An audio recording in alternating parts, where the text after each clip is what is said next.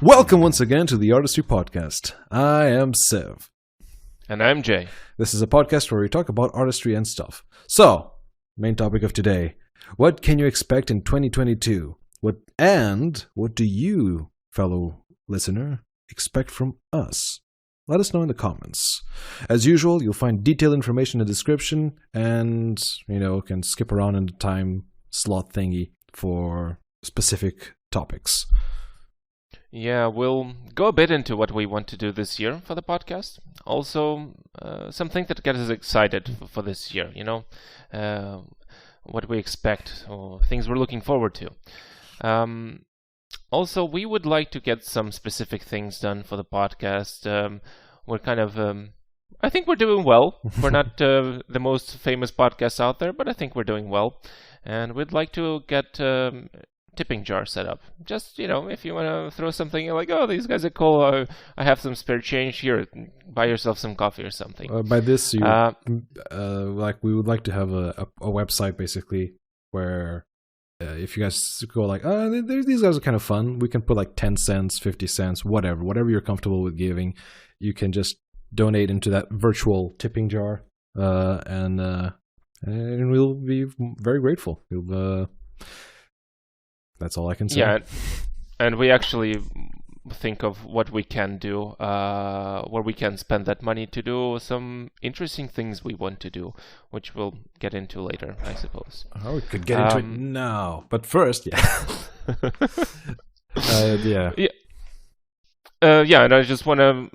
What do you guys expect in 2022 for yourselves? For us? What do you expect? Let us know in the comments. Yeah, it's a big year. This is the first episode we've released in 2022. Is this going to be the first episode in 2022? Did we release anything? Well, I think technically we released the reviewing 2021 in 2022. But it's the first episode of the year recorded. Yeah. Okay, very good. Yeah, so Happy New Year, Jay. I've completely it only counts Happy now. New Year, so. When this is coming out in February, doesn't matter. Happy New Year. Yeah, the important thing is recording. Yeah. But anyways, let's talk about every year is a good time for reflection and planning. So, I'm in a bit confused on what we're going to talk about next, but okay, let's start with the tipping jar. I think we're going to go deeper into that idea. Okay, very well. Yes, so we have. I mean, since every time I think we go back to the initial discussion, but before we started doing the podcast, we talked about a lot of things we wanted to do, and those ideas are kind of in the cupboard, hidden away, but they're there. There's a record of them. But those things require a little bit more of an investment, time-wise, and even actually some financial investment. And we decided we wouldn't do it unless we were somewhat successful. So one way to get those things to become real is to set up a tipping jar. And if there's some donations coming through, we can set up some stuff. One of the things we wanted to do were artistic contests. Yes. So. Yes, that's what we wanted to. I remembered that I wanted to talk about that, then immediately forgot the contest. We wanted to give a brief of what we wanted some people to draw. Like we gave 3 options: option A, option B, option C, and then just send it out to the universe and we spam it in some drawing forums and some illustration forums, and hopefully get a feedback of people signing up for the contest to win a monetary prize. There is going to be a monetary prize after all, and have those briefs met. All of them are related in this first contest that we're planning in this year, in the near future. The contest is going to be around the book, the Children of War book, and they're going to take excerpts out of that book, and we kind of want to see how people illustrate them. That'd be my dream come true, just seeing fan art and whatever. And you don't need to be like especially good artist or any of the sorts to participate. Anyone can do. And after we have a minimum of, 10 entries at least, or something of the Yeah, sort. well, we'll adjust it Yeah, according it's to still what early actually phase. happens. Yeah. To go into too many specifics, we don't even know the total prize pool, but so far we had a very generous donation from a dear friend of mine. So we already have a patron for that contest. And again, more information will be come out officially. Will have come out properly so that no one gets scammed or anything, and with dates, timelines of anything that you can expect. So if you're already interested in illustration and you want to get a little buck for an afternoon's work, stay tuned, because we're definitely going to be broadcasting that soon. Yeah, but do keep in mind there's some issues we want to iron out. Yeah, of course. We don't want to. I mean, we're doing this for fun, but we also don't want to get into any stupid legal issues in the far future. So we'd have a draft set up for, just an agreement, so how we can use your art. So pretty much it would be something along the lines of a non-exclusive rights to use your art in Sev's blog and, in our world, whatever we make of it. So that's the basic idea, but we actually need to get that to make that happen, because we don't know how those things work, and we want to be sure that there are no issues in the far future. For example, I'd also imagine that we have again 10 entries, which is perfect for me. I would like to, even if there's only one winner, or they plan on having 3 winners, but even if we don't, everyone else who doesn't win, I want to include their art in the blog as well. Have like this page dedicated to the contest or contests in the future, and have all the fan art displayed there. Unless, of course, it goes against egregious things like the art being borderline pornographic, or the art being clearly stolen, or those typical things that we try and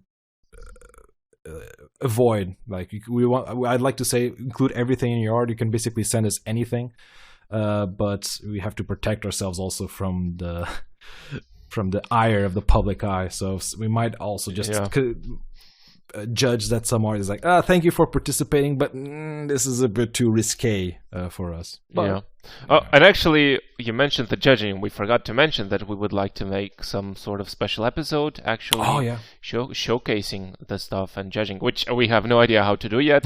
And that's going to be a little bit of extra work on my end to learn how to edit, but we'll get there. You wanted to make a video? Step by step. Oh, okay. Well, my idea was not quite a video, but we just do the normal podcast while we're talking over a specific art piece. It shows. I just put it in the picture, which is fine. But if you make a podcast video, it's still a video. So I don't know how to do that. We can make this. We'll figure it out.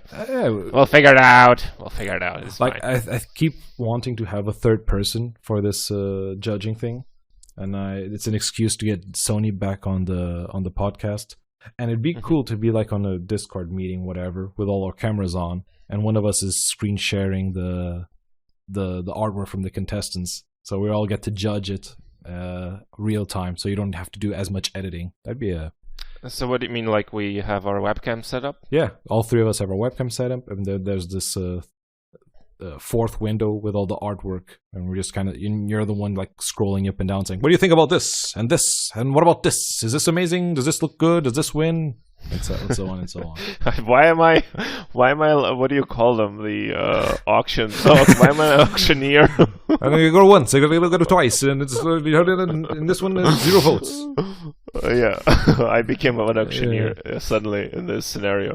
We'd have to get the specifics done later. But that's kind of what we're thinking about. Nothing is set in stone. Nothing is guaranteed, but it is something that we've been wanting to do for a while. Actually, almost for a year now. Yeah. So don't expect it anytime soon. But I hope it will happen. And the idea behind the tip jar is to make these sort of ideas viable, so that we're rewarded for creating these contests, and that we can reward the winners as well. Like everything needs a bit of monetary backing and incentive. Yes, and having this little tip jar allows us to pursue greater ambition. So I'm really excited to see how this year's going to go through with that. Yeah, I gotta say, it's kind of exciting, especially after just looking back again. I'm always looking back. Maybe I'm that sentimental schlub. I don't know, that kind of fool. But yeah, I'm just thinking like how this all began and how there was some initial talks about it and nothing moved forward, and now we're up to this stage. So it's kind of exciting. Yeah, and the journey. And going back to the theme of artistry, it's just also very fulfilling to be able to give back to the art community, because obviously we're making a contest that is illustrative in nature, but I would love for there to be not competition for music, competition for sculpture, or even poetry, or like I wanted to have as many forms of art displayed in the future in future contests, and that'd be the dream, just to create this community of creativity. That's what my goal for this podcast and for 2022 is, to have a group of people gather around this podcast. Yeah, expand a little bit, get a community in this, not just listeners, actually a community that actively participates in something. But enough of artistry. Yeah, anyway. Enough about that shit. Now let's go to the meat of the topic of today. The things that we are interested in 2022, the things that we expect, the things that we can't wait to see, play, or read. I'm going to go quickly into the things I want to read, and that's basically I want to read by George R. R. Martin's books in English, because I only have the Portuguese versions, and I'm going to reread the whole 10 bajillion pages that he wrote, and I'm going to get excited. Wait, which books? All of them? All of them. Or just like how many? He has so many works. Okay, all of them relating to Game of Thrones. Okay, there you go. But even then, he has in his English version, he has 5 books out, I think, and they are all the size you can build houses out of them. They're just huge bricks of work. But he's an amazing writer, and I've been wanting to reread everything. And this is the year I'm going to do that shit. Now, that's reading set aside. Jay, I know that when we talked about this podcast of plans for 2022, you were kind of in the dumps. You were feeling down. You're feeling depressed because you didn't feel like you had anything to share. You didn't look up to anything. You're just an old man looking into the past, thinking about how beautiful things used to be, and you have no hopes for the future because you think it's all going to end with a big boom. But Jay, I'm here with you right now to try and give you hope for what's going to happen in 2022. I have 3 tabs open on my Chrome right now, and I'm going to go through down a list of events to see if any of these build any sort of my fancy. Yeah, if any of them give you any sort of happiness, some sort of joy. I want to see that. So right now on the Greek Reporter. Jesus, what is it today with auctioneers and reporters? You help for some weird inspiration today. Yeah, don't think about it. Greek Reporter, a website, GreekReporter.com. The title is 2022 Milestones, World Events That Could Shape the New Year. So, number 1, on February 6th, I'm seeing if you're this is coming right up, Jay. It's right next month, to see if you're very excited about this. Queen Elizabeth celebrates Platinum Jubilee. Wow, I couldn't give less of a shit. But do you know what a Platinum Jubilee is? Nope, no idea. It's a distinction that I suppose the monarchy is going to give Queen Elizabeth because she's going to reach 70 years on the throne. A distinction that no other British monarch before her has ever had. So on the throne. Oh, interesting. So she's been in power for 70 years. And they made up an award to give her. Isn't that amazing? Doesn't that keep you excited? Well, I would rather give an award to artists who make art for us than to her. But sure, I mean, if that's exciting for some people, more power to you. Enjoy it, celebrate it. Just don't vandalize things. Don't vandalize shops and stuff. Don't start stealing. Don't get too excited. Yeah, because people are just gonna go absolutely apeshit crazy as soon as the Queen gets this award. The riots are gonna start. People are gonna. Queen E? Classic. Come on. Yeah. Everyone's excited about that woman. The Platinum Jubilee. Anyways, I can see that this isn't exactly your fancy, so I'm going to go next. On November... I feel like you set this up on purpose. This was like you have some kind of emotional roller coaster set up over there. And this was like on purpose. The first one is kind of... what do you mean? This was, I couldn't help but... This is from the Greek Reporter. Okay. Next, on November. Wow, so late. Huh, I didn't know that. On November 21st, the FIFA World Cup kicks off in Qatar. Wow, that's another thing I couldn't give a shit less. I'm actually a big soccer fan, a football fan. So I am. Yes, you're European. Say football. You're European. You're not an American. Yeah, but you're okay. Football fan, and I'm kind of surprised that it's on November 21st during winter time. But I guess it's because it's in Qatar, and if they do it during the summer, the people just have heat strokes on the field. Yeah, people would just die. Oh, I would be more excited about that. to watch people getting sunburned while playing football. Like Cristiano Ronaldo would be like, even maybe tanner. I've had enough. Maybe it's time to retire. Maybe I've had enough. I didn't sign up for this. That would be interesting. I can't play until I'm 80. However, imagine the World Cup in Qatar during summer. There was one competition that was in Japan. Yeah, Korea, Japan. It was like the 2002 World Cup, I think. Anyways, it was in Japan, and it was during this heat monsoon era, and it was so unbelievably hot that the players were basically dying on the field. Like the humidity mixed with the fact that it was summer, it made it so hot to play football there. And I kind of thinking it would be the same thing in Qatar, so I guess they kind of prevented that by being in November. Shame, damn shame. However, I am a big fan of football and just sports in general, and I defend the fact that sports are a form of artistry, a form of expression, and when people have such a love-hate relationship, either you're a big sports fan or you could not give a shit about sports. And are you that way as well? Or is there like a sport that you are? Jesus, my cat is going crazy. Is there a sport that you're more engaged with? Like you believe that chess is the ultimate sport? Well, it's actually an interesting question. I'll go over the football first, since we're on the topic. I actually stopped. I liked playing football as a kid, and then I hated it after I grew up. And mostly it was the football fans that made me hate the sport. Yeah. It devolved into such a tribalism. Yeah, and I don't want to be in this, in this part of the world. I just don't want to deal with this at all. So I didn't enjoy it. I did watch one game live, just a small game. I don't remember which one, at the Benfica Stadium, and I didn't really care much for it. Maybe if I understood the tactics and stuff, maybe it would be interesting. But honestly, not so much. I do enjoy watching some competitive sports, mostly in gaming related. Have you ever went to a live event of gaming sports? Of esports? Of esports, no.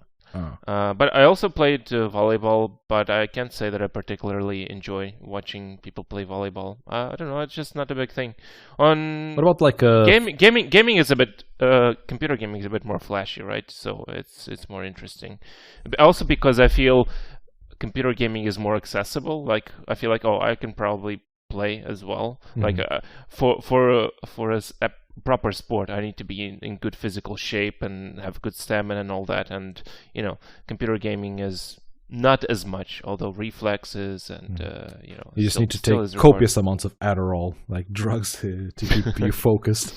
But right. I was gonna ask you, what about like Olympics and things? Do you give a shit about it? Like how many medals? No, I didn't watch it at all. I didn't really care much. I remember I was in South Korea. I was working in a coffee shop, and we had an older couple. I believe it was from Germany, maybe Austria. I don't remember. And they were saying that they were just staying up a couple of days in Korea because their son was participating in the Olympics. And I think it was wholesome. Yeah. Yeah, that was interesting. That was fun, but I honestly didn't care much for it. I don't know which category their son was in, but I think it's like ice skating or something. I don't remember.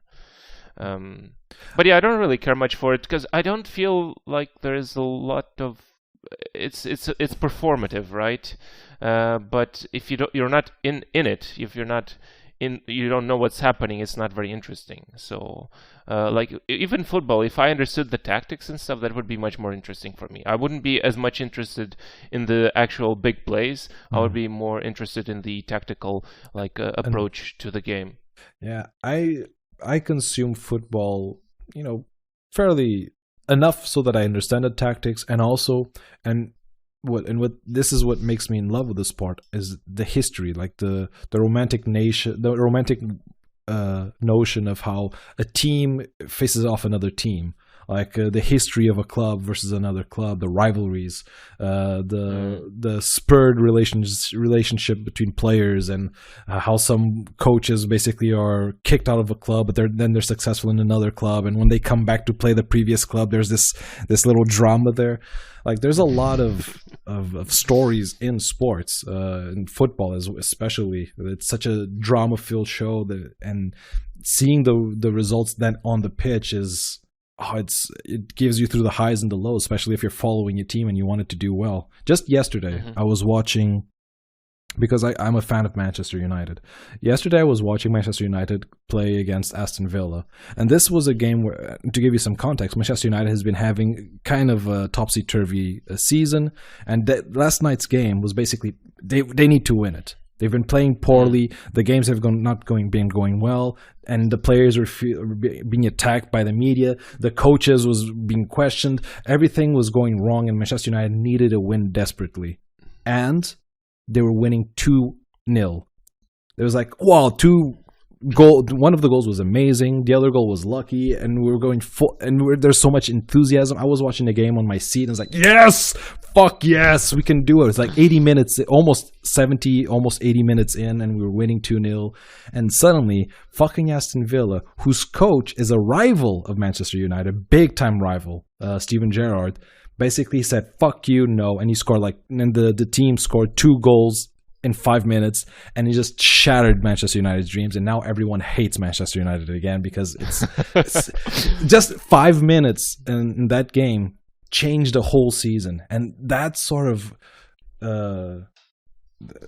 plotline, storyline in sports is so enticing to me. It goes back into why I consume art, why I consume series and movies, is these storylines of that you follow. It's not even about the tactics, not necessarily just about that, but it's these little events that occur that it means so much. I just love talking about it.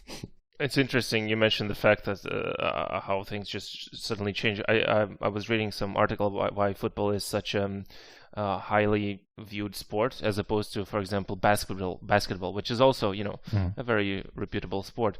But the reason is that in football, things are just so much more unpredictable. Yeah. Whereas in basketball, each team is going to score whatever, how many points they're going to score. Okay. Mm-hmm. In football, it's just so unpredictable, and that specific like goals that you mentioned in 5 minutes, 2 goals, while the other team worked for 80 minutes to score their 2. Like that's what makes it so for good stories. It's the unpredictability. Anything can happen in football is always the tagline, because it's a low scoring sport. So which means if you win by 1-0, some of the best teams in the world sometimes only win by 1-0 against one of the weakest teams in the league. And sometimes, you get fucked in the butt because of 5 minutes of soccer play. Right. And that, I love it. So yeah, each time I speak about sports to art fans or to artistic people, they always kind of become more defensive. I don't really follow sports. I don't care. I hope all the players die in a heat stroke in Qatar. So I can make an art piece about it. And that kind of always makes me a bit sad, because these two worlds, like art and sports, have more in common than not. And they should merge and make a happy baby together. But it feels like it's my forbidden love. I'm not allowed to talk about sports while I'm in an art community, and I'm not allowed to talk about art while I'm in the sports community. What art? That nerd shit? Ugh, I wish to just get along. Next podcast topic: the struggles of an artist and societal expectations and boundaries. Next episode coming soon to you. So I'm going to quickly go through the rest of the list of milestones so that we can go to the next Oh, there's more. Okay, There's let's two go. more, because these are actually kind of. One of them is actually kind of cool, which is a space station that is going to be set around the moon. Is going to be launched this year, and I think that sort of science shit is also really fucking cool. That is exciting, but can you elaborate a little bit more? The first component of the Lunar Gateway, a proposed inhabitable space station to be implemented by multiple international space agencies in lunar orbit, is set to be delivered by an undetermined commercial launch vehicle. It will serve as a solar-powered communication hub, science laboratory, short-term habitation module for our government agency astronauts, as well as a holding area for rovers and other robots. Basically, it's a space station in the moon, and I think that's legit. Wait, so I didn't quite catch that. What's the purpose of the station? To hold some rovers, and what else? It's basically a lab. It's a pit stop for the moon. It has a communications hub, a science laboratory, a short-term habitation module for government agency astronauts, as well as a holding area for rovers and other robots. It's just a space station. I think those things are kind of exciting. I think when the world community collaborates on any project, I think it's a good thing. It is interesting and it is exciting because that's when people actually cooperate, you can have a lot of progress. You can also have a lot of progress when there is competition, but this is one of the ways in which you can get something. And I don't know. I think there's a lot of hype around space, and it's actually. Don't you feel the same way? Don't you have this almost urge to know more about the unknown frontier of space, like the potential of going to space, of going to another planet? Doesn't that kind of excite you? Well, not me personally. My God, you have no heart. You're like a black hole where your heart should be. I will tell you why. I will tell you why. Because I'll kind of follow the idea of what Elon Musk says to an extent, which is inevitably, the sun will expand. This planet is doomed. Of a long term, and the only way for the species to survive is actually to become interplanetary. So at this stage, I think we're okay. I mean, although people are we're destroying the Earth and everything, but at this point we're still okay. It's livable. We're still good. It's not about we don't need to go to Mars. Yeah, it's not because we need to. It's because it's cool to go. I don't need to eat another chocolate mousse, but I will do it because I'm gluttonous for that. Okay, well, in that analogy, I'm not very gluttonous to live on Mars at this stage. I'm happy on Earth. I'm not happy to live on Earth at this stage. If I get one of those free, what do you call them? Like the going to orbit space. I'll take that. But I wouldn't take a trip to Mars or to Moon just to live or whatever. That's not as exciting. They need to have fiber internet. Yes, fiber, of course. So just a fiber cord through space. That's the plan. Dude, you're joking, but probably Mars is going to have fiber before my house does. Just change houses. Yeah. I thought that's part of the plan, I think. But yeah, I mean, the idea for humanity is exciting, but I don't want to go to Moon, man. I'm fine here. I don't want to go to Moon. Not personally, no. You're like a black hole of happiness. Dude, I think your expectations are skewed. I think your expectations are skewed. When you consider that to go to space, you must definitely wear a diaper because you most likely will shit yourself. That's not exciting for me. I'll have a space shit. How many people on Earth have done that? I can tell you, not enough. A few. Well, yeah. But it's just for different people. It depends what your goal is. If it's just to see, I mean, no. If I had a specific goal, a specific person, if I was actually doing some on frontier stuff, yeah. If I was in the community, I was trying to get things done, yeah, that would be exciting. So I've tried to give Yegor... No, but it is exciting. I think the actual prospect of setting up a moon station, sure, it is exciting. I think that's interesting. I tried to give Jay something to look up for in 2022, but I failed miserably. He hates everything. So, as there are no earthly events that interest him, maybe it's time to go into the movies of 2022 and see which one of these pique your interest. First of all, do you care anything about Marvel?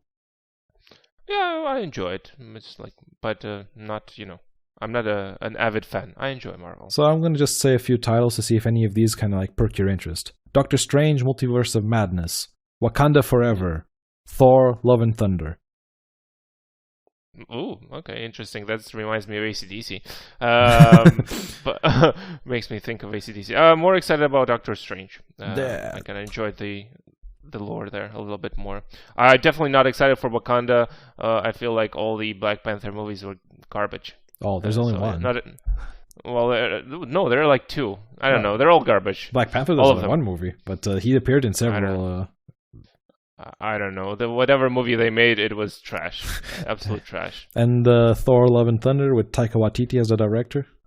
Oh, even more so. He's a great director. He's hilarious. He does good stuff. He makes good stuff. There you go. He's a great, and he has TT in his name. How can you not love that guy?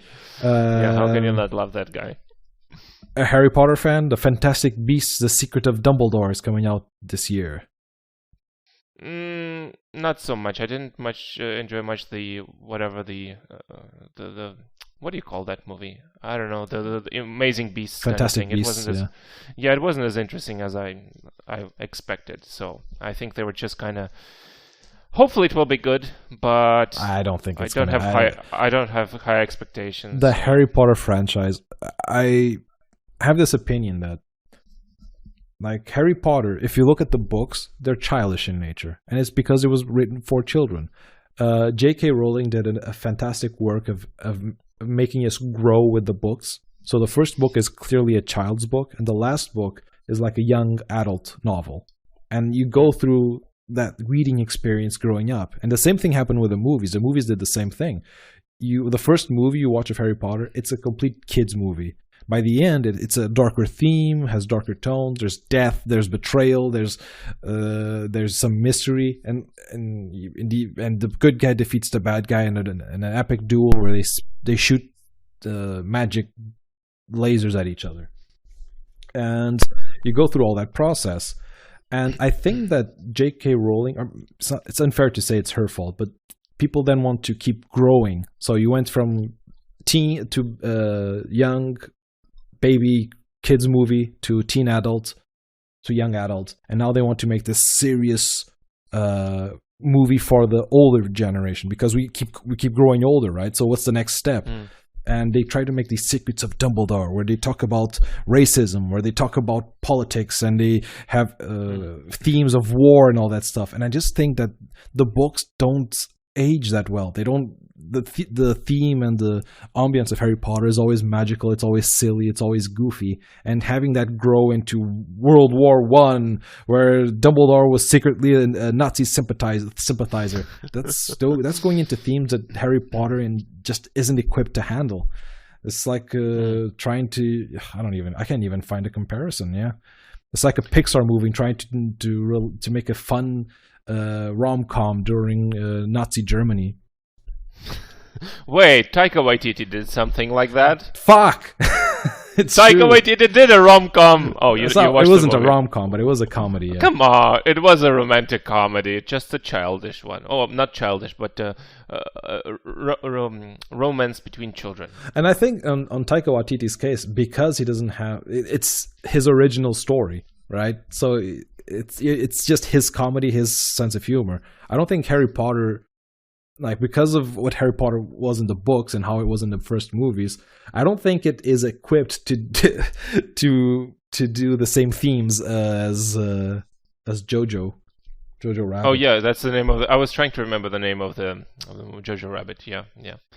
Just for fun fact, I was watching a presentation by Taika Waititi. I think it was on creativity or something, and he was mentioning that, which kind of led into Jojo Rabbit, but as a child he had this strange impulse to just draw the Nazi symbol, and he was so ashamed of it, so he made them into windows. So he would draw the Nazi symbol, and he would complete the square, and then for whatever reason he just had the impulse to draw them. He just liked the symbol, and I think that kind of inspired him to make Jojo Rabbit, to make as a designer comedy. The Nazi swastika, it's good design.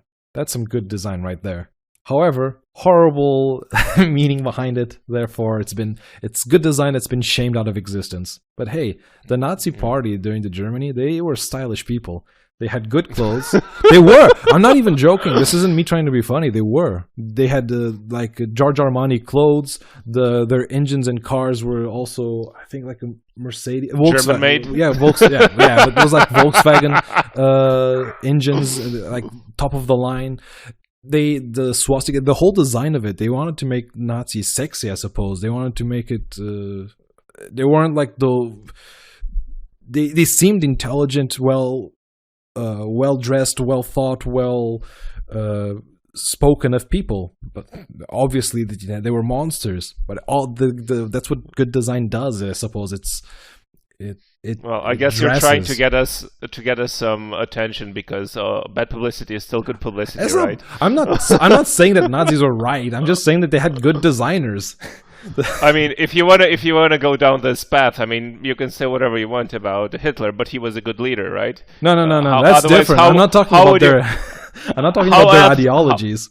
How else would you get so many people to follow you if you're not a good leader, whatever reason it may be? No, I'm not talking about their ideologies or the political tension. I'm just saying that that they had good designers that probably heightened their message.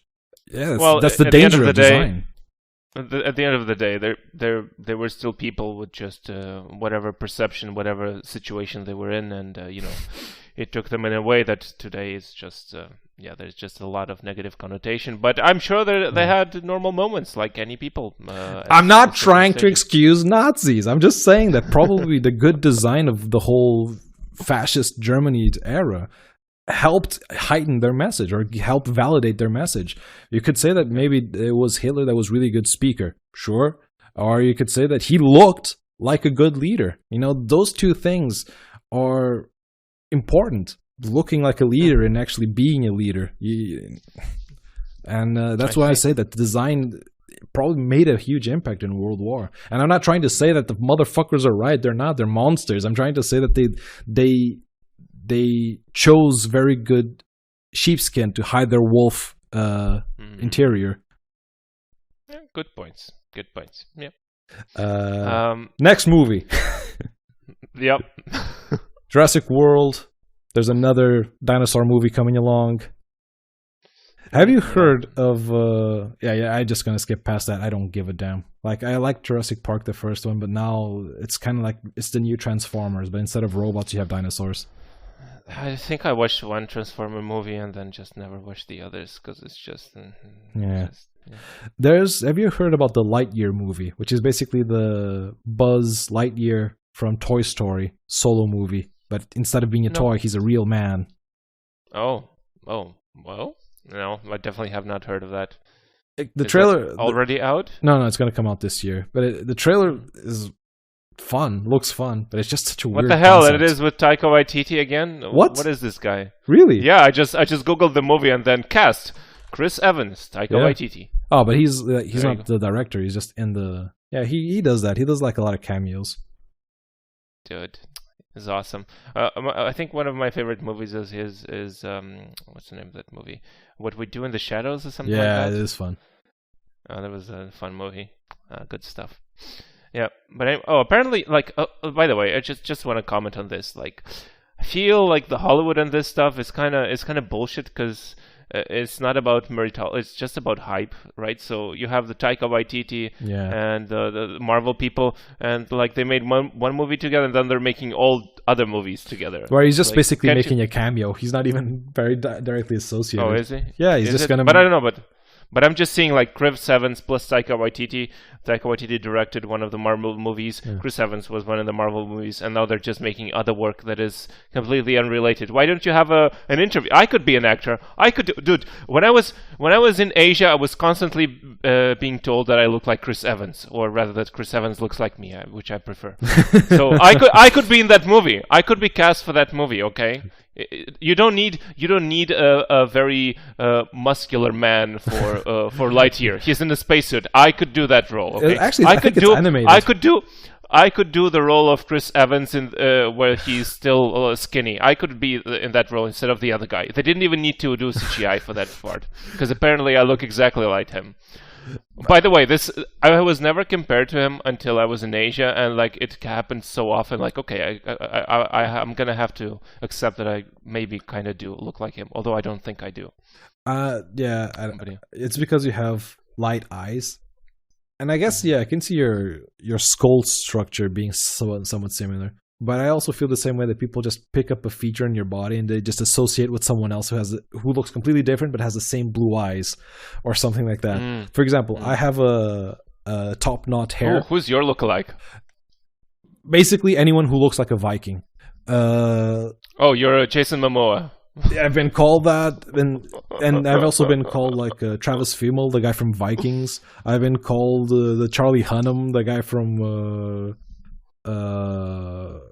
Sons of Anarchy. Basically, gruff-looking, beardy man. Oh, but Charlie Hunnam is his hair color is much lighter. Yeah, no, I'm the off-brand version, I suppose. I'm also my beard is also more red than brown, I suppose. Mm-hmm. I don't know. There was some actor I once saw that I thought like kind of looked like you, but I don't remember who. If I do remember, I'll mention it. I think that before Henry Cavill went to do The Witcher, I kind of thought that I could pull off the Witcher look from the games. I have a long face. I have a gruff eyebrow expression. I know I have long hair and I have a beard, so I could just basically dye it white. I'm already a pale man. I can put some contact lenses, and I think I could pull off a Witcher cosplay. Now, with Henry Cavill, that dream is fucking gone, because I know that man looks like an Adonis, and Jesus Christ, I can't pull off saying I look like the Witcher now. He ruined my cosplay. No, you can still do a cosplay. Cosplays are, they're flexible. Now you don't have to cosplay Henry Cavill. You're going to cosplay The Witcher. But people are going to think about Henry Cavill. He's ruined it for me. It doesn't matter. Next topic. Okay, Knives Out. Okay. Knives Out. Have you watched the first Knives Out? Yeah, I liked it. It was a good movie. Knives Out 2 coming out this year. Yeah, I didn't know. I don't know what genre it is, but or not the genre, but the way. I know it's like a crime kind of, It's like a Poirot, Sherlock Holmes crime. Everyone is locked in a room, and one of us is a criminal sort of crime thing. And it's I like it a lot. I like the first Knives Out a lot. Yeah, but I like the movies that have like interesting dialogue. And I think that movie has interesting dialogue. I don't know if there's a genre for that, but that's what I kind of enjoy in a movie. So for me, movie. Yeah, like movies, like action movies. Like I generally like, dude. I've seen action movies. They're all the same. Okay, there's some explosion, there's some chase scenes, and they're not interesting without a story behind them. Like I don't care any action movie you make. I don't care unless there's a story, unless there's some dialogue. I don't care at all. I actually, if I watch a movie alone, I actually skip through many action scenes because I just find it boring. I've seen enough. Okay, I've had a fill of action scenes. I know that the action scene needs to be either spectacular or earned. Like if you spend the whole movie with people being very stoically speaking to each other, and there's this 20-second period where there's spectacular action, that hits me. I like that a lot. But if the whole movie is basically just a fireworks show, I don't care. Or if you use the action to show some nuances about personalities, characters, or storytelling. No, that is action well done. Yeah, for sure. That is action well done. Yeah. I can't think of a movie that's done that recently. I think there's some scenes in The Witcher that can do that, but not all of the action scenes. Yeah. I think The Witcher, from both first and second season, starts out really well, then it just ends in a flat note. But I was going to say, probably the movie that I remember that the main action scene kind of teared me up, kind of choked me up, was Avengers Endgame. Yeah, the scene where like everyone gets together to fight Thanos. Like that was the build up of 10 years, and then you just see all this shit happening, and you see Captain America lift Mjolnir and all that shit. That got me, because that was. Did you know those things from the comic books, by the way? No. I mean, okay, because I didn't either, because I know some people, they read the comics, so they expected maybe the thing is, comic books, everything that you can imagine, every possible scenario has happened in the comic books. You have Captain America lift Mjolnir. You've had Captain America wear Tony Stark's armor. You've had Captain America be Captain Germany. You had Captain America be Hail Hydra. That was a joke from the comic books. Like everything that you can imagine has happened in the comic book. So you can't extrapolate that that's going to happen in the movies. Yeah, because I know there are like zombie versions, and then there's like I don't know. I did enjoy that series, by the way. The What If. I think it was one of the best Marvel series that's come along. The zombie what ifs? No, the all the what ifs. The zombie episode is just one of them. Mm-hmm. However, as we're getting a bit short on time and I still have other things to talk about, there are two things that I've left for last because I particularly am passionate about them. One of them is the new Batman movie that's going to come out in March. Have you any opinion on it? I didn't know about the new movie. I liked the last movies by was it Chris Nolan? I enjoyed them. They were good. Have you seen the trailer for this new Batman? I did not watch the. Was it Batman versus Superman? Oh yeah, that was Batman. I didn't watch that. I didn't care to. That is just popcorn movie. The action for like fireworks for 2 hours and angry man being angry for a long time, then they're friends at the end.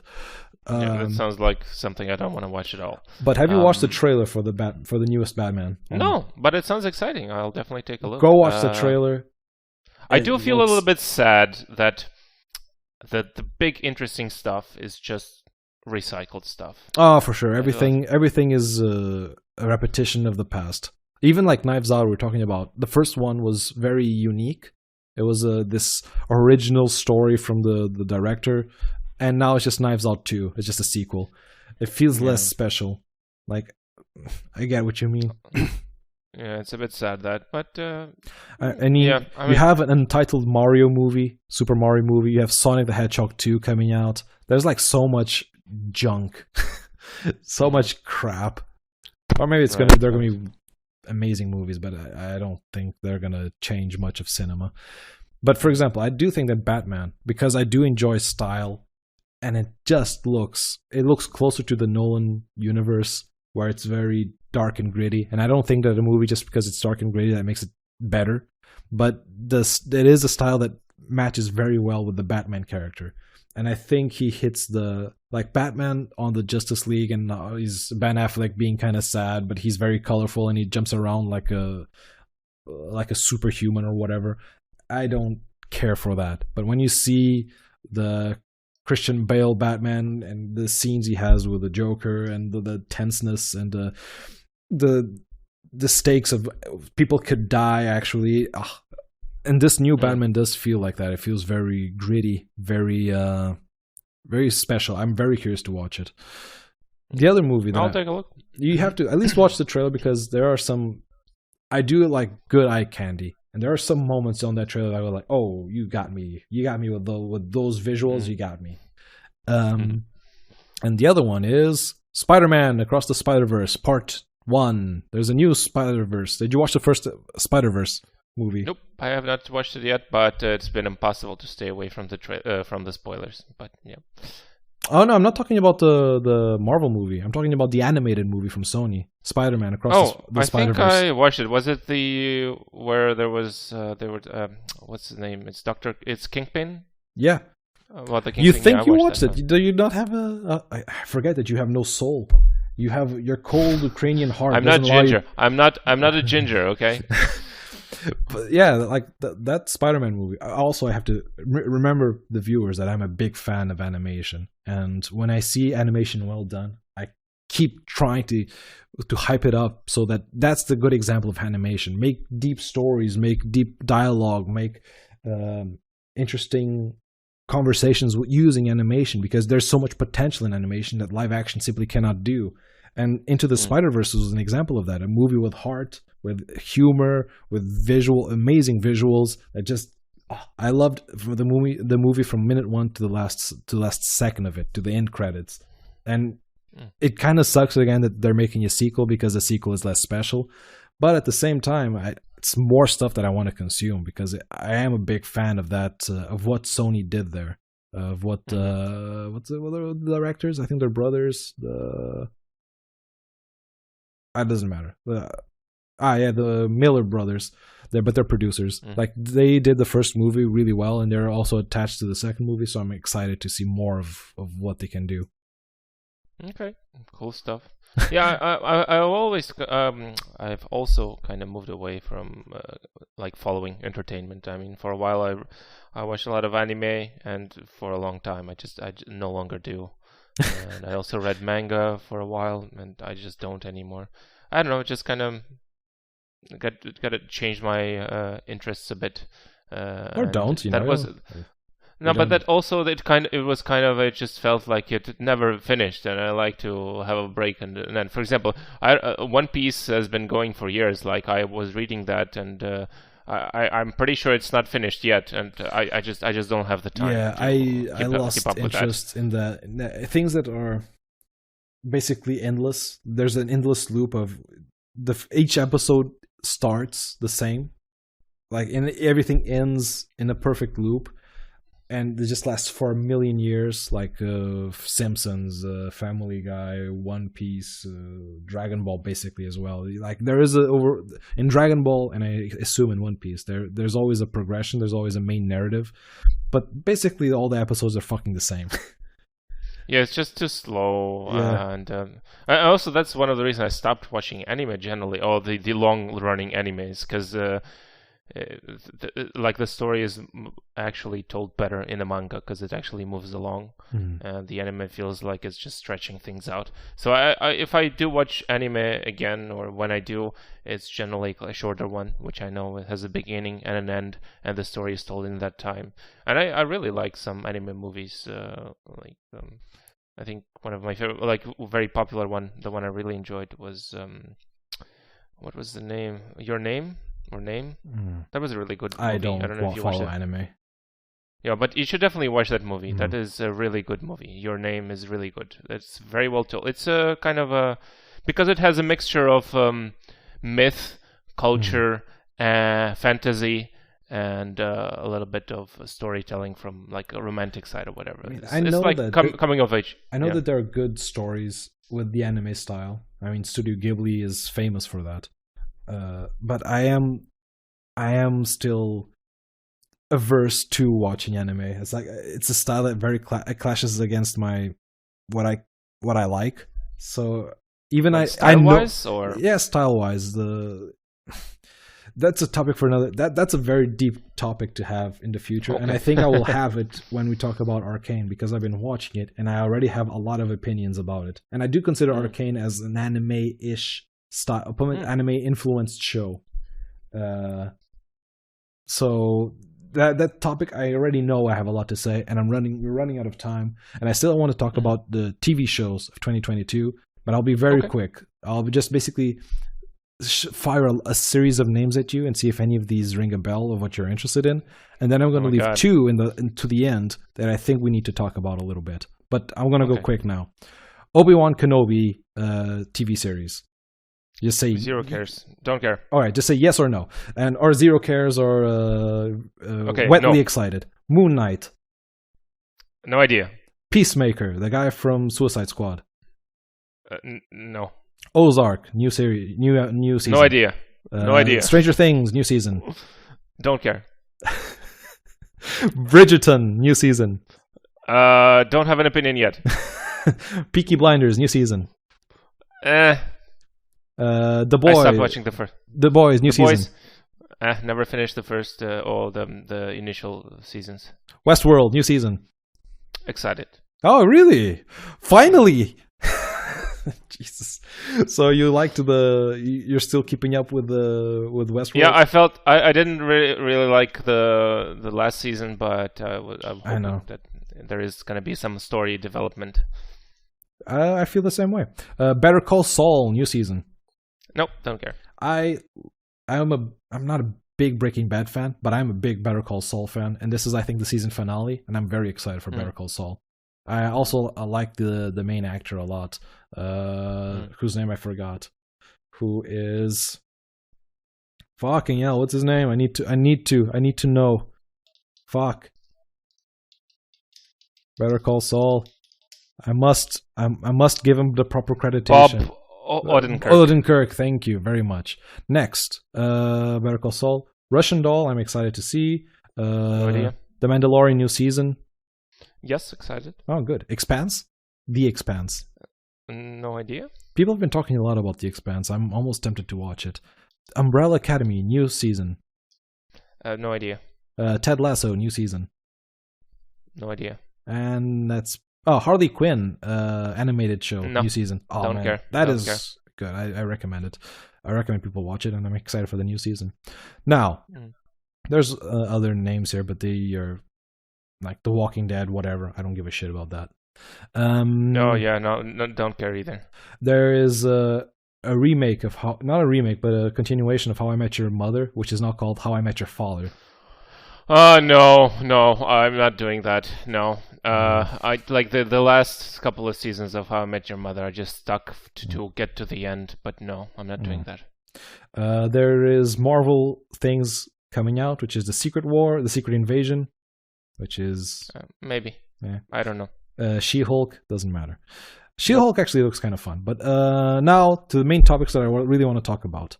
There are two shows that I think that they are going to rival each other this year, that they are similar in theme, and they both have huge fan bases associated with it. I'm talking about House of the Dragon from Game of Thrones, which is coming out this year, and the Lord of the Rings show, which is coming out on Amazon this year. They are both going to be huge, I think. Do you have any opinion? I mean, I like both those ideas. I'm a little reticent about the Game of Thrones, considering how it ended. I don't know who the people behind it are, but I like the HBO as well. It's not going to be Benioff, the two writer. Yeah, but it's going to be George R. R. Martin. He's going to be associated. Well, we'll see. I'll probably take a look at that. I like the world of Game of Thrones. And sorry, the Lord of the Rings? Yeah, sure. I mean, I'll take a look as well. But again, I don't know. I think you follow this much more closely than I do. I just kind of watch things as they appear in my scope. I like to get this anticipation going, this hype build up. For example, Lord of the Rings. I've learned recently, and see if this changes your opinion. Lord of the Rings has had the biggest budget for a TV series ever. It's reached supposedly billions. Let me double check this. Lord of the Rings series budget. And I think it's 93. Okay. Oh, that's the movies. The movies are 93 million. I want to know the budget for the Amazon. Yeah, so the three movies of Lord of the Rings have a budget of about 300 million. The movies, 300 million. The TV show that it is on Amazon has a budget of $470 million. So this one season is going to be more expensive than the three movies combined. Okay. Good stuff. I have nothing to compare to other TV shows. I don't know what a typical TV show costs. Nowhere near this. Okay. I wonder what the budget for Avatar is, like Avatar 2. That is actually, by the way, you didn't mention. I don't know when it's coming out, but I'm excited about that. Oh, I didn't mention it because I didn't think you would be, but yeah. Yeah. Avatar 2. I would be very curious. Oh, the budget is 250 million. There you go. On Avatar? Yeah. So you can see that, Jesus Christ, Avatar, a movie that is priced to be like expensively made, like it's James Cameron's baby, and he goes all out on his movies, has less budget than goddamn Lord of the Rings. I'm very curious even if just to see if it's a spectacular failure or not, because we've seen almost next to nothing of this Lord of the Rings show, nothing, just like images.